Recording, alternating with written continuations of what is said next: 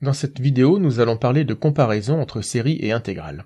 C'est quelque chose de très graphique et nous allons donc faire un dessin qui va être très important. Pour l'instant, donnons déjà les hypothèses.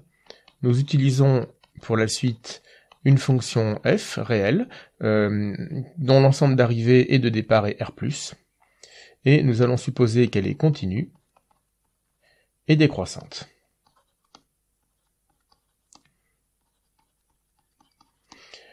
En fait, si la fonction f était croissante, nous pourrions appliquer le même genre de raisonnement. Nous aurions des résultats qui peuvent être intéressants, mais dans le cadre d'une série qui aurait une chance d'être convergente, nous allons voir qu'il faut que f soit décroissante. Et de plus, nous allons aussi supposer que f tend vers 0 en plus infini. Donc, comme je le disais, le plus important dans tout ça, c'est le dessin. Alors je vais commencer par faire un dessin, je vais me placer à droite pour avoir un peu plus de place. Allez, on va prendre toute la page. Donc voici mon axe, je vais tracer le graphe d'une fonction f qui vérifie nos hypothèses. Alors on va imaginer qu'elle tend bien vers 0 en 0, d'accord? Et puis, je vais graduer mon axe des abscisses de 1 en 1. Alors je vais quand même prendre un peu de place, je ne vais pas aller très très loin. Je vais prendre 4 comme unité.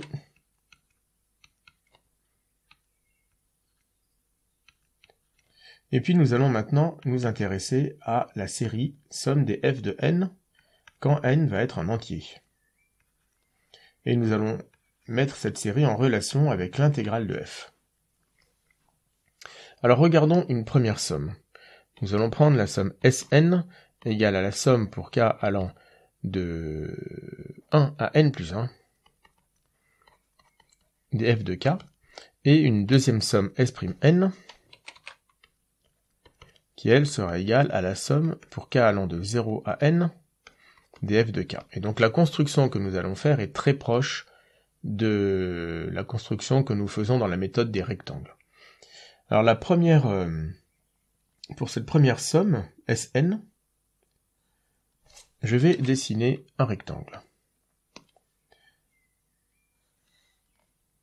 Ce rectangle aura pour base 1, et nous voyons ici que sa hauteur est exactement f de 1. Et puis nous allons continuer comme cela, par des rectangles qui seront tous de base 1, et dont les hauteurs vont être successivement f de 2, f de 3, f de 4, et ainsi de suite. Donc j'ai des rectangles dont le coin de droite, en haut à droite, s'appuie sur le graphe de f, mais les rectangles se trouvent sur la gauche du graphe, entre guillemets. Bon, je vais m'arrêter là, on en a déjà un nombre suffisant. Donc vous voyez que les hauteurs de tous ces rectangles sont bien les différents f de 1, f de 2, etc. jusqu'à, sur mon dessin, f de 7. Donc si je fais la somme des aires de ces rectangles, j'obtiens exactement ici S6. Donc S6 égale à la somme des aires des rectangles verts.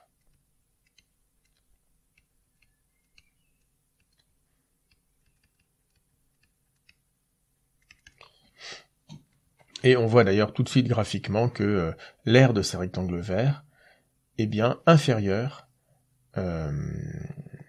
à l'aire sous la courbe de f, qui est la courbe en bleu, de 0 à 7. D'accord ? Maintenant, en orange, je vais tracer le même genre de rectangle, mais cette fois-ci, c'est le coin en haut à gauche qui va s'appuyer sur le graphe de f.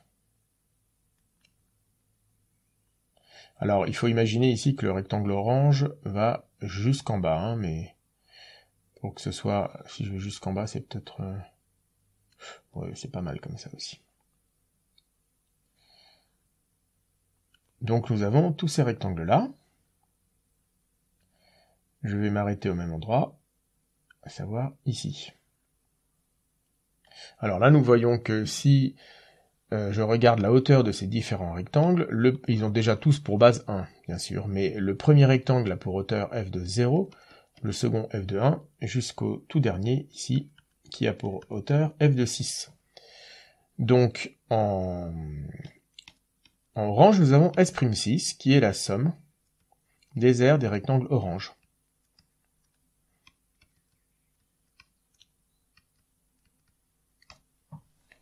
Et cette fois-ci, puisque f est décroissante, nous voyons que la somme de ces aires des rectangles orange est supérieure à l'aire sous la courbe f de 0 à 6. De 0 à 7, pardon.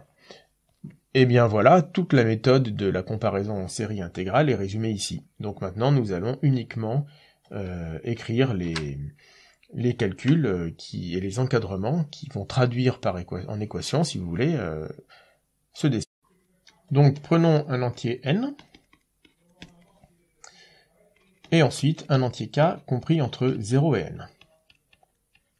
Nous allons d'abord regarder ce qu'il se passe sur l'intervalle k plus 1.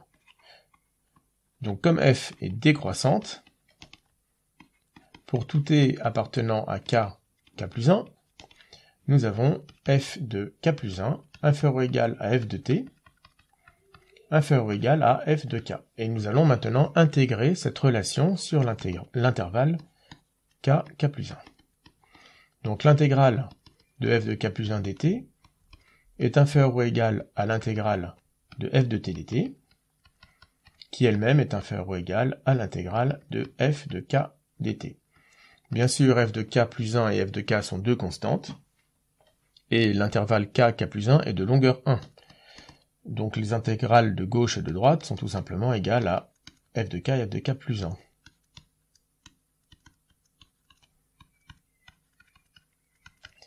Maintenant, nous allons sommer cet encadrement pour tous les cas allant de 0 à n.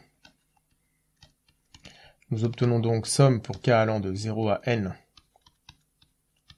df de k plus 1, inférieur ou égal à la somme pour k allant de 0 à n des intégrales de k à k plus 1 de f, elle-même donc inférieure à la somme pour k allant de 0 à n df de k.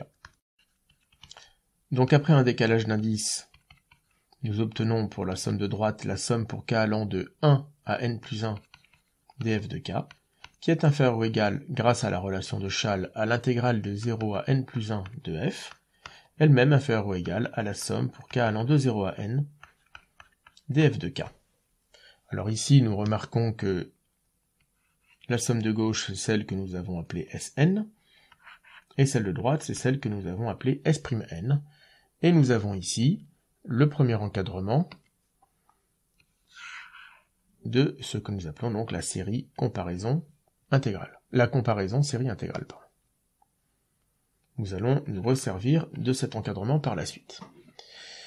Mais ici, cet encadrement est un encadrement de l'intégrale de f par deux séries, qui sont grosso modo les mêmes séries, il y a juste les termes des extrêmes, le premier et le dernier terme qui changent. Il est souvent pratique aussi d'avoir un encadrement de la série, Sn par exemple, par deux intégrales de f.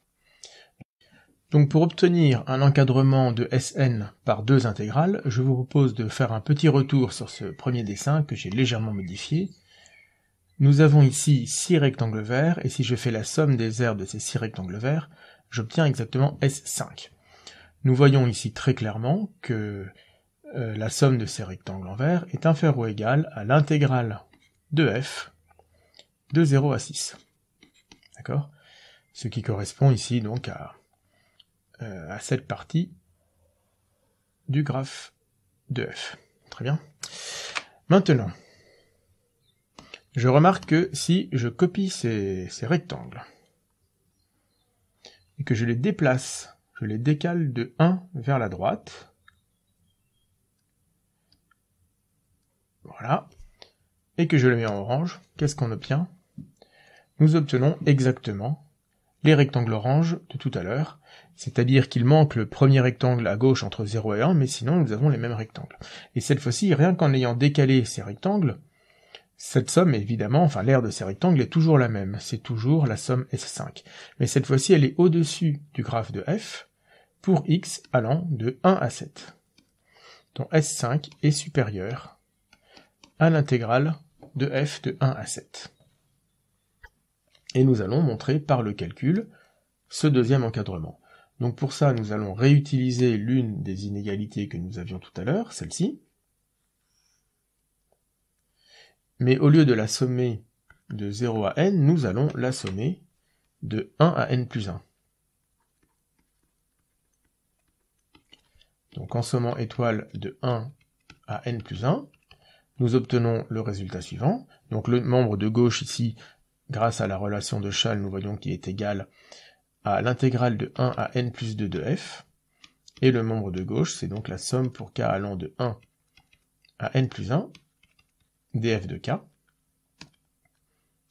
ce qui est bien notre somme Sn. Donc nous obtenons ce deuxième encadrement, Sn, donc la somme pour k allant de 1 à n plus 1 df de k. Grâce à notre premier encadrement numéro 1, nous savons que cette somme est inférieure ou égale à l'intégrale de 0 à n plus 1 de f, et nous venons de montrer qu'elle est supérieure ou égale à l'intégrale de 1 à n plus 2 de f. Et donc nous avons ici Sn. Ça, c'est notre deuxième encadrement. Bon, il se trouve qu'on peut faire plein de choses avec ce type de fonction. Nous pouvons aussi obtenir un encadrement un petit peu différent de la somme de Sn, que je ne vais pas illustrer sur le dessin.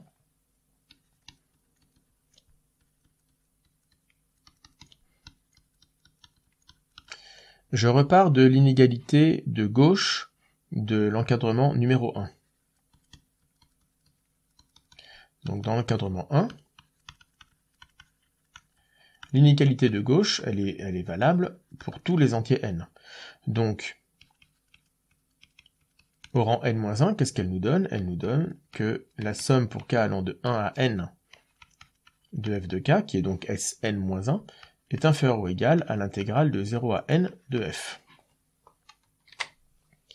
Si nous rajoutons 0, nous rajoutons f de 0 des deux côtés de cette inégalité, nous obtenons que la somme pour k allant de 0 à n df de k est inférieure ou égale à l'intégrale de 0 à n de f plus f de 0. Donc là, j'ai juste rajouté f de 0 de part et d'autre de mon inégalité. J'obtiens donc maintenant, alors nous reconnaissons ici S'N, et donc j'obtiens un autre encadrement, tout petit peu différent de ma série. Ce que je viens d'obtenir, c'est que S'N est inférieur ou égal à l'intégrale de 0 à n de f plus f de 0, et ce que j'avais dans l'encadrement numéro 1, c'est que cette même somme était supérieure ou égale à l'intégrale de f de 0 à n plus 1. C'est un troisième encadrement possible qui concerne notre série et notre intégrale. Grâce à ces trois encadrements, en fait les deux premiers suffisent, ou le premier et le troisième, nous obtenons des résultats de convergence. Alors c'est évidemment le but principal, l'objectif de ce que nous venons de faire. Le but n'est pas de s'amuser à avoir le maximum d'encadrement possible. L'intérêt est tout de même de parler de convergence de série. Donc nous voyons avec l'encadrement numéro 1, que je vais replacer quelques secondes, nous voyons dans l'encadrement numéro 1 que si la somme Sn converge, si la somme S'N converge, alors l'intégrale de 0 à n plus 1 de f en tant que suite va être majorée par une constante, et comme elle est croissante, elle va converger. Je vais repréciser ça juste après. Inversement, si l'intégrale de f diverge, alors la somme des S'N va diverger. Mais l'inégalité de gauche, ici, nous donne également que si l'intégrale de f converge, alors la somme Sn va converger. Et ces résultats se retrouvent aussi d'ailleurs sur les deux autres encadrements, donc nous pouvons utiliser un petit peu les trois. Donc, avant peut-être tout de même de parler de 1, je vais considérer deux suites. Alors nous allons appeler in comme intégrale, la suite in qui est l'intégrale de 0 à n de f, quand n parcourt n. Ici, f étant positive, il est assez simple, je vous laisse le démontrer, il est assez simple de montrer que in est positive aussi, et croissante. Alors le fait qu'elle soit positive n'est pas forcément le plus important, mais en tout cas elle est croissante. Donc elle va converger si et seulement, donc ça c'est la suite n, elle va converger si et seulement si elle est majorée. Et je rappelle aussi que la série de termes général f de k, donc si nous prenons Sn ou S'N, alors plutôt pour n étoile pour Sn, elles sont elles aussi croissantes, car réelles à terme positif.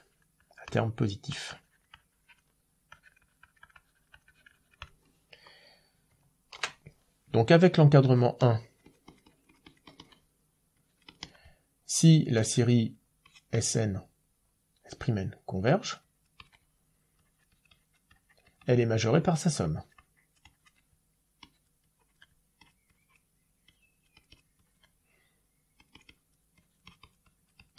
Qui est une constante. Et cette même somme majore également l'intégrale de 0 à n plus 1 de f. Donc la suite in converge.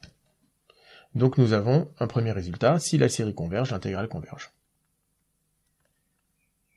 Toujours avec 1, si c'est la suite in qui converge, elle est majorée par sa limite que nous allons... alors c'est une suite croissante, hein, donc elle est bien, si elle converge, elle est bien majorée par sa limite que nous allons noter grand L.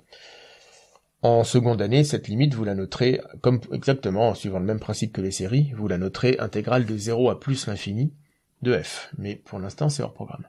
Elle est donc majorée par sa limite L qui majore donc également le terme Sn de l'encadrement numéro 1. Donc la suite Sn converge. Elle est majorée par cette constante grand L. Et bien sûr, comme Sn et S'N ne diffèrent que d'une constante, enfin que des termes extrémaux dans la somme, nous pouvons faire le raisonnement suivant.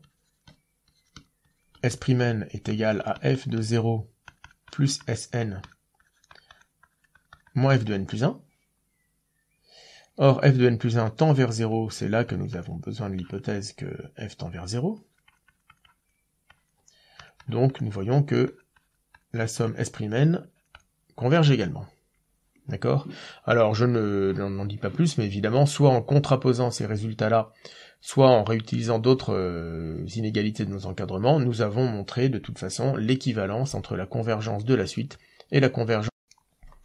Nous avons donc démontré le point le plus important, la première partie de la proposition 3.1. La suite intégrale de 0 à n de f, quand n parcourt n, et la suite, alors ici c'est S'N, je vais l'écrire somme pour k allant de 0 à n df de k, quand n parcourt n, ont la même nature.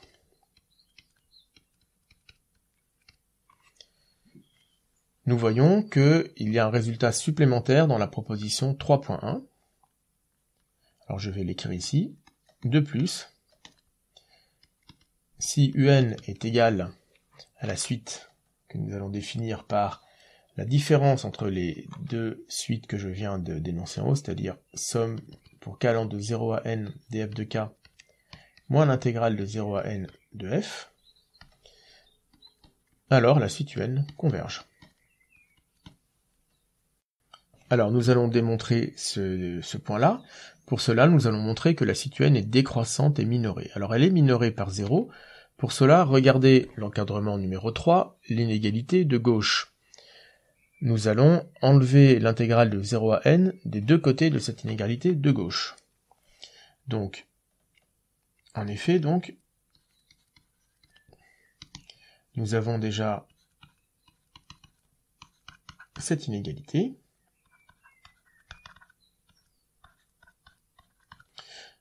Donc en soustrayant l'intégrale de 0 à n des deux côtés, avec la relation de Schall, le membre de gauche devient l'intégrale de n à n plus 1 de f, et le membre de droite est exactement la suite un. Maintenant, comme f est positive, l'intégrale de n à n plus 1 de f est positive, ce terme ici est positif, et le nombre de gauche, donc c'est un. Donc la suite un est minorée par 0. De plus, elle est décroissante. Pour cela, nous allons calculer un plus 1 moins un.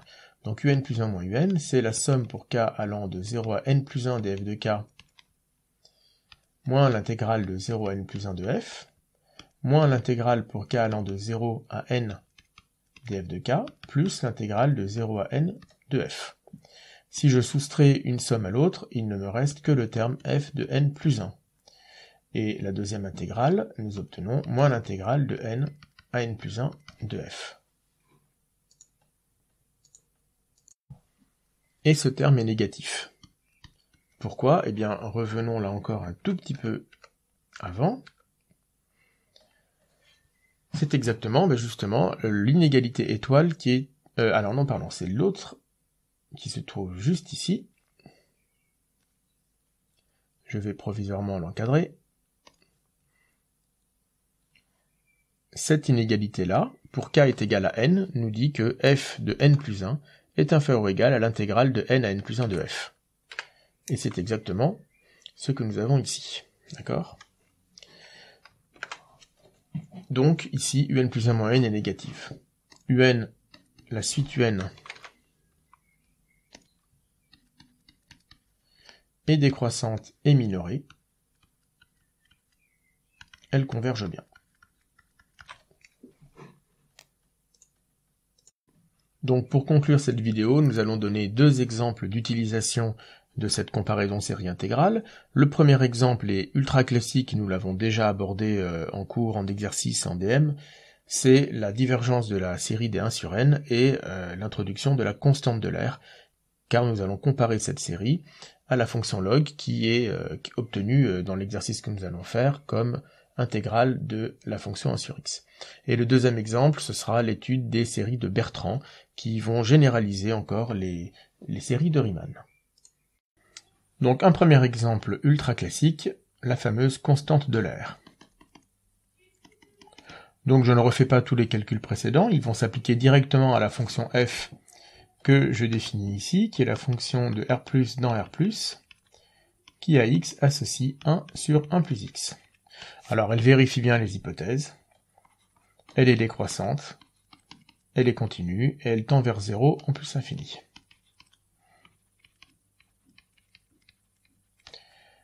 Alors nous appliquons directement le résultat précédent. La série somme pour k allant de 0 à n des 1 sur 1 plus k, quand n parcourt n, est de même nature que la suite des intégrales de 0 à n de f, quand n parcourt n. Et cette intégrale est très simple à calculer. L'intégrale de f de 0 à n, c'est log de 1 plus x pris entre 0 et n, c'est donc log de 1 plus n. Et bien sûr, cette quantité tend vers plus l'infini quand n tend vers plus l'infini. Donc la série pour n positif d1 sur 1 plus n est divergente. Et donc aussi d'ailleurs, avec un simple décalage d'indice, la série des 1 sur n quand n est plus grand que 1 est divergente. C'est l'une des démonstrations classiques de la divergence de cette série. Et nous avons en plus un autre résultat. De plus, si un est la somme pour k allant de 0 à n-1 des 1 sur 1 plus k, moins l'intégrale de 0 à n-1 de f, alors un converge.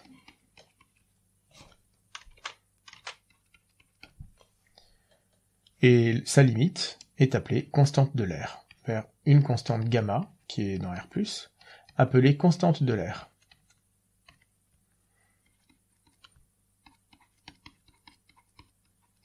Bon, si nous explicitons l'expression de un c'est donc 1 plus 1 demi plus 1 tiers plus jusqu'à 1 sur n moins log de n. Alors cette quantité tend vers gamma. Et en particulier aussi, résultat qui en découle, 1 plus 1 demi, etc. jusqu'à 1 sur n est une suite qui est équivalente à log de n. Donc nous obtenons tout ceci grâce à une comparaison série intégrale. Deuxième exemple, l'exemple qui couvre les sections 2.11 et 3.3 dans le cours, c'est l'exemple des séries de Bertrand. Donc on appelle série de Bertrand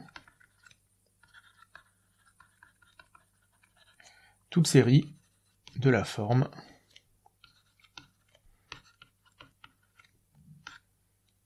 somme pour n supérieur ou égal à 2 d1 sur n puissance alpha fois log de n puissance bêta, avec, alors les parenthèses ici ne servent à rien en fait, avec alpha et bêta des réels. Donc la question évidemment c'est pour quelle valeur de alpha et de bêta est-ce que cette série converge. Donc dans le cas où bêta est égal à 0, nous avons déjà la réponse puisqu'il s'agit ni plus ni moins d'une série de Riemann, mais dans le cas général, il va falloir y répondre. Alors, dans un premier temps, nous allons donner un grand nombre de résultats pour beaucoup de valeurs de alpha et de bêta, sans avoir besoin de la comparaison série intégrale, uniquement en utilisant les résultats de comparaison que nous avons vus dans la section 2. Donc par exemple, si alpha est strictement plus grand que 1, alors nous savons dans ce cas qu'il existe un réel gamma qui est coincé entre 1 et alpha strictement. Dans ce cas, n puissance gamma fois 1 sur n puissance alpha fois log de n puissance bêta est égal à 1 sur n puissance alpha moins gamma fois log puissance n de bêta. Or, l'exposant alpha moins gamma est strictement positif.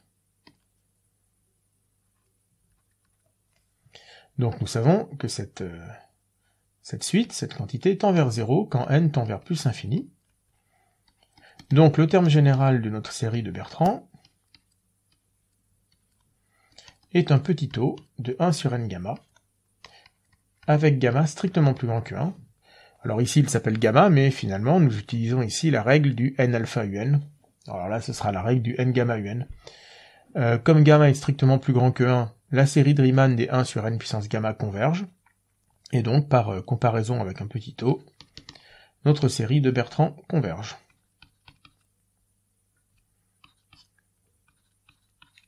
Nous n'avons aucune idée de sa limite, mais nous savons qu'elle converge. Nous allons appliquer exactement la même méthode dans le cas où alpha est strictement plus petit que 1.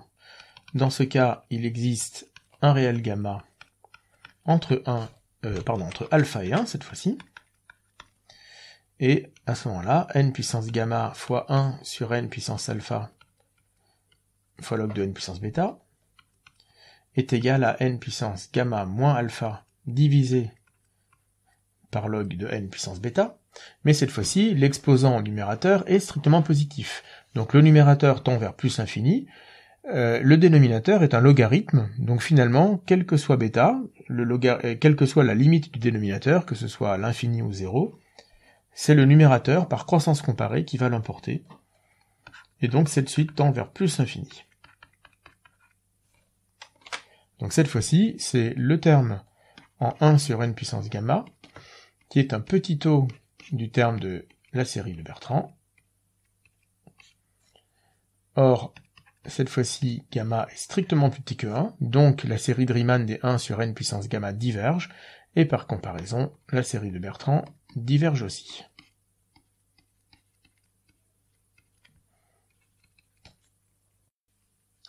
Il nous reste le cas litigieux pour la valeur critique alpha égale à 1.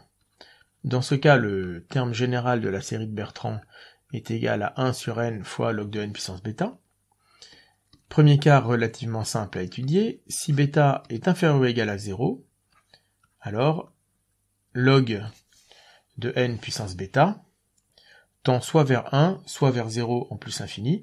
En tout cas, cette quantité devient inférieure ou égale à 1 à partir d'un certain rang. Et donc, toujours à partir d'un certain rang,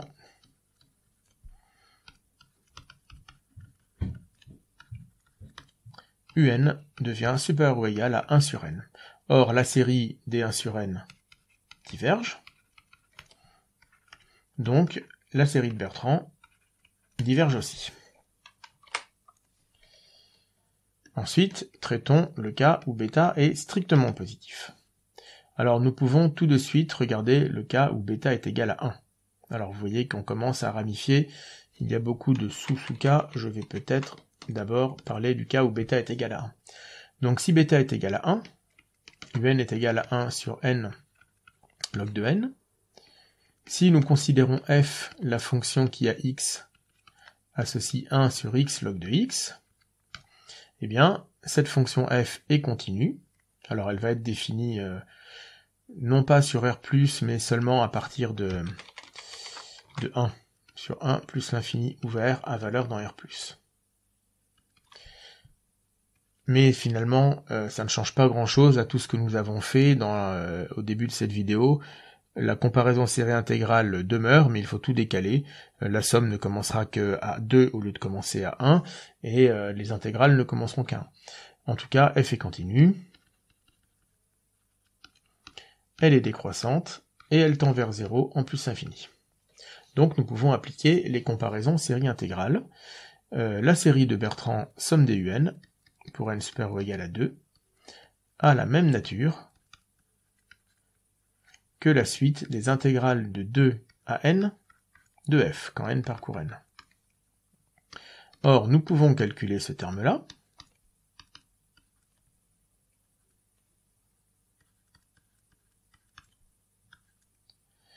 Nous remarquons que 1 sur t log de t est de la forme 1 sur t fois 1 sur log de t, donc de la forme u' sur u, avec u égale ici au logarithme. Donc une primitive est t log de t. Ici, nous l'intégrons de 2 à n, nous obtenons donc n log de n moins 2 log de 2. Cette quantité tend vers plus infini quand n tend vers plus infini. Donc, la somme des un diverge. Autre cas de figure maintenant, si bêta est strictement positif, mais plus petit que 1. Dans ce cas, un qui est égal à 1 sur n fois log de n puissance bêta est plus grand que 1 sur n log de n, puisque l'exposant bêta au dénominateur est plus petit que 1. Et là encore, par comparaison, la série des 1 sur n log de n, nous venons de voir dans le cas précédent qu'elle diverge, donc la somme des un diverge. Et nous en arrivons, donc pour l'instant ça diverge tout le temps, nous en arrivons au dernier cas de figure, lorsque bêta est strictement plus grand que 1. Donc, posons à nouveau une fonction f qui va aller de 1 plus l'infini dans R+, et là encore, à t, elle va associer 1 sur t fois log de t puissance bêta. À nouveau, les hypothèses sont vérifiées, f est décroissante, elle est continue, elle tend vers 0 en plus infini, et donc à nouveau, la somme des un a la même nature, pour n plus grand que 2, a même nature que la suite des intégrales de f, pour n supérieur ou égal à 2. Oui, je me rends compte qu'ici j'ai mis un n appartenant à n par pur réflexe, mais n doit être supérieur ou égal à 2. Alors là encore, nous allons pouvoir calculer cette intégrale, puisque 1 sur t fois log de t puissance bêta est de la forme u' fois u puissance moins bêta, avec ici la fonction u qui serait égale à la fonction log. Donc une primitive de petit f, c'est la fonction log de t puissance 1 moins bêta, divisé par 1 moins bêta, que nous avons ici à intégrer de 2 à n, ce qui nous donne log de 2 puissance 1 moins bêta, de log de n, pardon, puissance 1 moins bêta, divisé par 1 moins bêta, moins la constante log de 2 puissance 1 moins bêta, sur 1 moins bêta. Mais ici, l'exposant est strictement négatif, puisque bêta est strictement plus grand que 1. Donc cette suite tend bien vers 0 quand n tend vers plus l'infini. Donc l'intégrale, enfin tend vers 0, pardon. Le premier terme tend vers 0, mais il reste encore le second terme. Ça tend vers moins log de 2 puissance 1 moins bêta sur 1 moins bêta. En tout cas, cette suite des intégrales converge, donc la série de Bertrand converge. Donc voilà pour cet exemple des séries de Bertrand. Si nous récapitulons tout, la somme des 1 sur n puissance alpha fois log de n puissance bêta converge si et seulement si alpha est strictement plus grand que 1, ou, je vais plutôt mettre un ou alpha est égal à 1 et bêta est strictement supérieur à 1.